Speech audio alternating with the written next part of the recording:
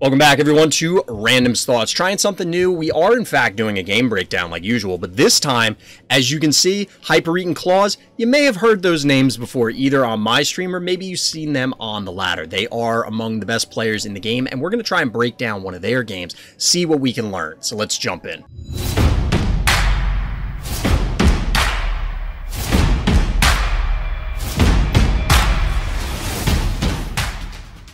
Quick aside, everybody, before we get into the actual content, I was accepted into the Phobies Content Affiliate Program, the content creator program, you might call it. Shout out to the Phobies team, and thank you for that. But the reason I'm telling you, everybody out there, dear viewer, dear listener, is to let everybody know that I do receive some compensation from the Phobies team as a result of being part of that program. Now, I loved Phobies before, and I still love Phobies now, and I expect I will still continue to love Phobies in the future. So look forward to more Phobies content coming from Random's Thoughts. So now, on with the show. So here we are zoning into Vile Vortis number 11. It is in fact one of the full disclosure release maps, the last of those maps, and the newest one added to the pool. Just came in this week, although by the time this goes live, been here for a little while. As mentioned, Hypereat and clawZ are among the best players in the game. Always up at the top of the ladder. We're going to have to see what they do on this map, see who takes it down. Now, initially, we see what I expect is going to be a common opener on this map from our blue player, Hypereat. Snowball to the middle. If you've watched my map breakdown, which if you haven't, by the way, go check out my initial impressions for this map. Separate video. Likes and subscribes obviously help. Just throwing that out there. But I talked about how you don't want to cap this bottom one because there's a big threat where opposing snowballs, spuds, jars, whatever, can still shell what's there. But in this particular setup, clawZ does have a solid response. This cassowary and this snowball mean that snowball can't just immediately cap this top center point. You can get a fireball, you can get a leap, and then that spells a dead puppy. And no one likes dead puppies. If you do, that's weird. Seek help. Anyway. The Razor Mouth, of course, is going to back cap the point, so we're going to have a 2-to-1 panic point advantage. Blue player, all the keys get sunk into a Hevo. Talked about it, again, in the map breakdown, but lobbers absolutely make sense. Lobbers absolutely make sense. This is the big house exponential. It's just an enormous amount of obstacles, and that presents a unique challenge. Lobbers are strong on many maps. This is no exception. So we do see the slide down to the bottom because there is a committed snowball to the top. This is a little weird because I could see this snowball still dying. But instead, Hypereat is going to elect to go after the cassowary. Now, it's possible they didn't want to commit something onto lava, or maybe they didn't have the damage because they needed another 500 from this. This is 434. So most likely the cassowary is a concession to stress levels. clawZ is up there in stress levels, so it's possible that there's just no way for Hypereat on 5 keys in order to eliminate this. You would have to go, well, that would cost 6. I was going to say spud and jar, and that's not going to, can't do that. 5 is in fact less than 6. Otherwise, I would have said this is kind of a ballsy move from clawZ, but clawZ probably knows, I imagine these two players have met a number of times, roughly what Hypereat can represent here, damage-wise. The cat, I'm sure, is going to back cap the top point, which this puts Hypereat in a fairly okay position, fairly decent position. Could lose the snowball here, but that would mean that their snowball gets traded out, clawZ's snowball. We get a Gin Sting and a Boom as the follow-up. I like the Boom, because the Boom could just push a ton of damage here onto the Quagmire, potentially leading to a kill if it goes in. We'll have to see. Yep, it looks like clawZ is in fact going for the kill here on the Snowball as predicted. Now, this is going to be almost 700, plus another 8, we'll say 15, maybe round up to 16. Get 2 hits from this. Really, this is probably going to live, right? Said 8 and 7. Say 16. 24. That's not a dead Quagmire. This is rough. This one is rough. Wonder where we'll replace the alien map when it rotates out? That's a good question. The devs have put down The devs did put some polls, if you haven't seen it in the official Discord, about what people feel about certain maps. I forget which one's up right now. I want to say Billy's Room, but need 3 weeks for this map to get replaced. Not quite, because One of the maps rotated out quickly. I feel like it rotated out in only 2 weeks, but I could be wrong. I wonder what the stats are for the Boom family or at level 30. That's a good question. So in the meantime, we get a follow-up Cyclops. This is tanky, but not huge damage output. So we did see... It's not a lot of damage on this Quagmire. This Quagmire is just super tanky, but we do have a 4-to-1 panic point advantage for our blue player. It looks like they want to trap the cat, which I can understand. It alleviates some of the strain from a board position perspective. At worst, it will allow Quagmire to backcap some of these points. But we're going to keep trying to soften it up. And the Hevo comes out. Ooh, the cat stays. So I think at this point, this is important to call out. This could also be a thumbnail on here. This is important to call out that our blue player is not making any effort. 1, 2, 3, 4. They could retreat the cat to a position that at least pulls Quagmire or Ginsting somewhere else. Ginsting would have to move up, or Quagmire would have to move up, and that might allow more damage to go down on one or the other. Instead, they're just going for Heart, which, you know, is the 600 damage worth it? It's a few panic points worth of damage. And in fact, we do have all 5 panic points going blue here.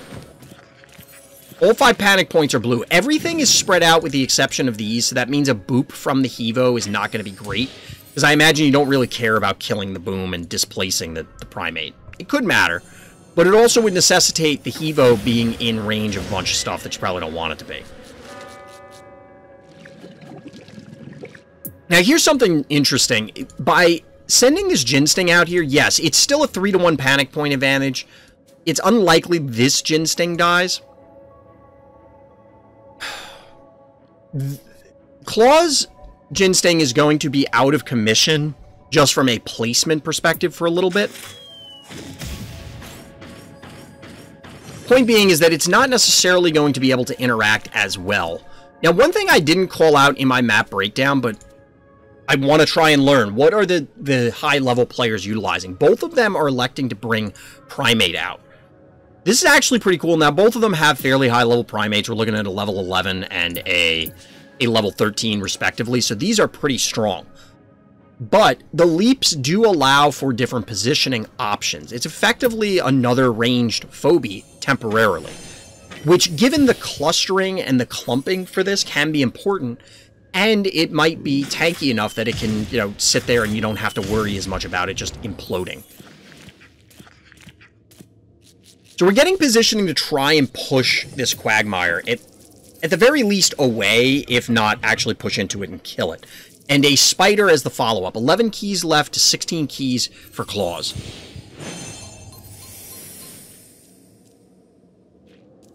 clawZ has to respect the Spider. There isn't enough damage here to just kill it.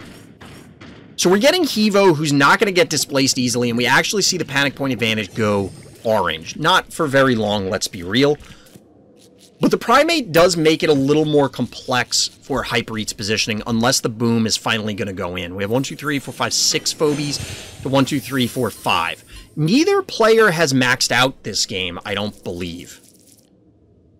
Alright, the Yoink is going down, so this Spider is sacrificing its life for Quagmire.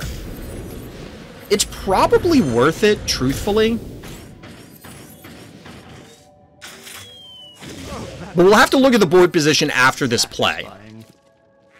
This is also a smart play, going in on the opposing Primate. Once we get everything on the board, I'll explain both thoughts. And we get a Quagmire as the follow-up. So this is the final board state. We have Boom capping this point, panic point advantage blue. Great. 4,400 health to 9,165. You can see the enormous discrepancy. Clearly, Hypereat is at a massive life advantage, can definitely play the field a little bit if they need to. Also, notably, in position to dive the heart. Luffy was talking about it earlier, maybe we're going to see it this game. But, the reason why I wanted to call out the Primate play here is you will have to have a fairly serious commitment to killing this Primate, if clawZ wants to do it. Yes, you have almost 600 here in the 578. But this Gin Sting alone is not going to kill it. You'd have to commit, like, both Gin Stings. This would be, say, 1,016. Actually, this Gin Sting plus 2 hits from this should kill it. Notably, it also protects the boom, so it can't just be a kill with a leap and a walk away. But if clawZ elects to invade with the Gin Sting, that's putting Gin Sting right here, meaning double hit from this, a boom unless it's body blocked in, and then another hit from this Gin Sting. A lot of things can allow it to be taken down. Now, going backwards chronologically, we had the yoink onto the Quagmire for the kill with the spider. What is the counter here? We can get a leap and attack from this. You know, we'll round it up and say 1,200 plus another 1,000 basically. 2,200, that's almost a dead Hevo right there by itself. Clearly, with bees, dead. You're not going to... But you can come in with the Hevo, get a boop here. It's going to displace this... Well, displace all of these, and then kill this Hevo. This feels like an aggressive invade that doesn't look like it's going to pay off. And it may have been an overcommitment here from Hypereat. We'll have to see.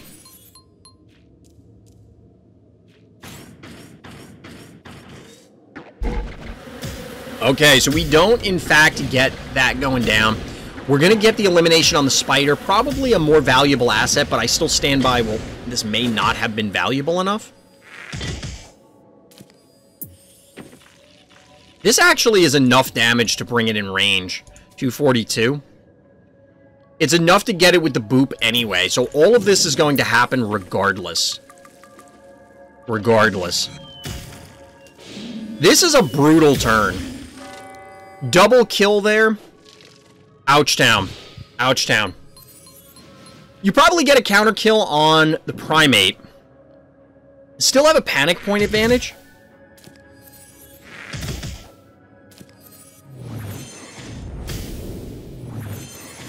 Yep, there's the kill on the Primate, but you had to sink 4 attacks into it.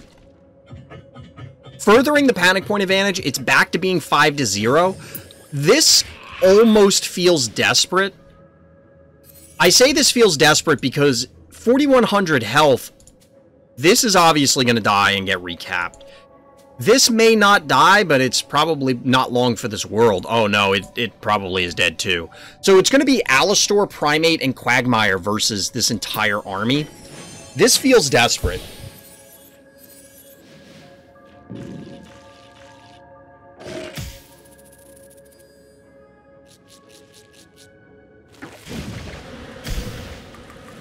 What level is the jar?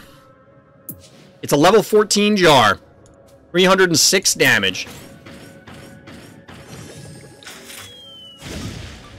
So we do get some respect from clawZ for, I guess, the hypothetical invade here, where it's possible that Hypereat could have dove the heart. Wasn't likely, but, you know, could have happened. It's possible. It's possible.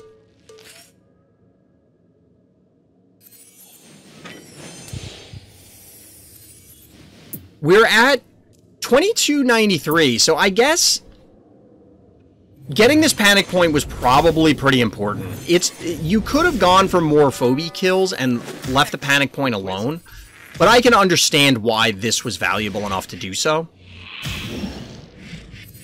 If Hypereat is able to hold these panic points for just a couple more turns, they're not in a terrible position, but this doesn't look like where you want to be.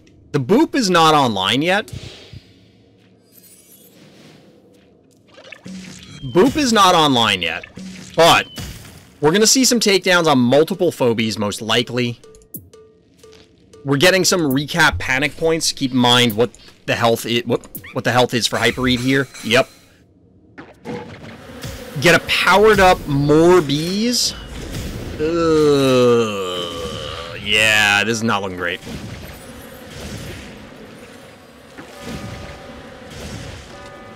Fine retort. And then there were 2. Gin Sting and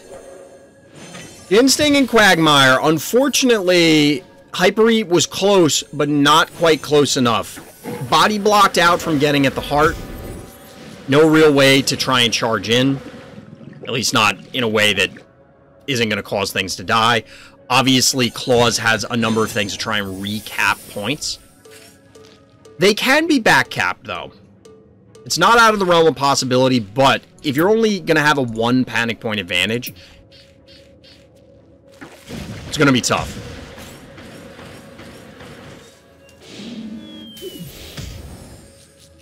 Yeah, that was a lot of damage from Hypnotic Ginsting. Absolutely. So panic point advantage orange. There's no way for Hypereat, I don't think, to actually claim this back at this stage. The notable thing, though, and we'll call back to this because I have some thoughts about the game, and we'll step through the turns, but 1100 health. Hypereat was at a level disadvantage here. We'll double check how much. But at level disadvantage, both players are very strong, but admittedly, levels do matter. We've talked about this on many occasions. And that means that maybe this hyper-aggressive plan, as we've seen on many of the other full disclosure maps, is worth it. Maybe this is how you take this map.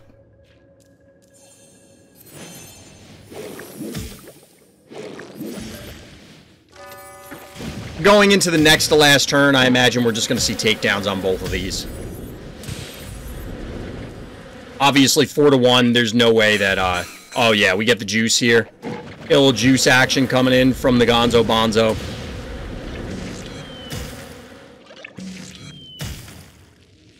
Get a little laser eyes. Pew pew! And down goes Hypereat's team. GG. Well played by both players. Well played. I think there are 2 major points of note. 2 major points of note as we see the level disparity here. Not quite 20 levels, but it's good enough. So, we'll let the game play in the background while I try and elucidate and just ramble a little bit. I had a different sentence in mind, and then I said, nah, I'm not going to do that, and then come up with a different way to do it fast enough. So, 2 major points. 1, the aggression on this map seems really good. Hypereat almost pulled this back. Well, not pulled this back, but almost closed this out, I guess is the better way to put it. A little over 1100 health left on clawZ's heart, despite the next point that I'm going to get to. So keep in mind when you're on this map, and as mentioned, we've seen on a variety of the full disclosure maps that just aggression, and the games can absolutely get closed out in short order due to the quantity of panic points and the ability to either defend them or go back cap other ones and ensure that you're constantly up on your opponent by multiple panic points. Yes, it didn't start out that way, but it quickly got that way. Point number 2, and we'll see this turn later on, and I'll hopefully call it out again.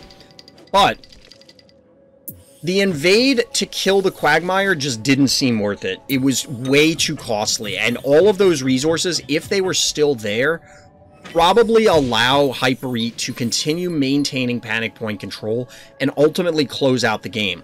Because what we see here, even on this upcoming turn, is that clawZ, as mentioned multiple times, is at a massive stress level advantage. And even here, like, this was not worth it to kill the Cassowary, I don't think, because you end up trading Snowball for Cassowary, and then you can't punish the follow-up. Like, there's nothing you can do here because, as we pointed out in the first view, the Quagmire just has way too many hit points. You could stay there with the Hevo, put a little bit more damage on it, and hit it with the boom. But then you're sacrificing the 1 key, not great, because you wanted to back cap points, as we saw. This is also amusing to me, how they squish out of the vault. But it just didn't seem worth it. Both of those trades, the Snowball trade or the later trade with the Spider. I'm curious, and Hypereat, if you see this, because I know Hypereat sometimes hangs out, let me know if you feel differently. Am I wrong about that? Or if you're watching this on YouTube, which hopefully you are, hit up the live stream, RTChompGG, and of course, likes and subscribes do help. You can check out the Discord if you want to get your own game reviewed in the description below. But let me know if you feel differently, if there was something else that Hypereat could have done. It felt like those two plays kind of were the whole game, because the rest of it felt like it was very well played and well thought out. Cyclops got bonked. Yep. Got a little squishified. Got a little squishified. And I think we did learn something from this. The panic point advantage, which I think DT pointed out when we were doing the map breakdown and when I was playing on the map, both really big. Also, that cat, not the point I was going to say, but that cat doing damage definitely mattered. Could have actually been enough to close the game out, hypothetically.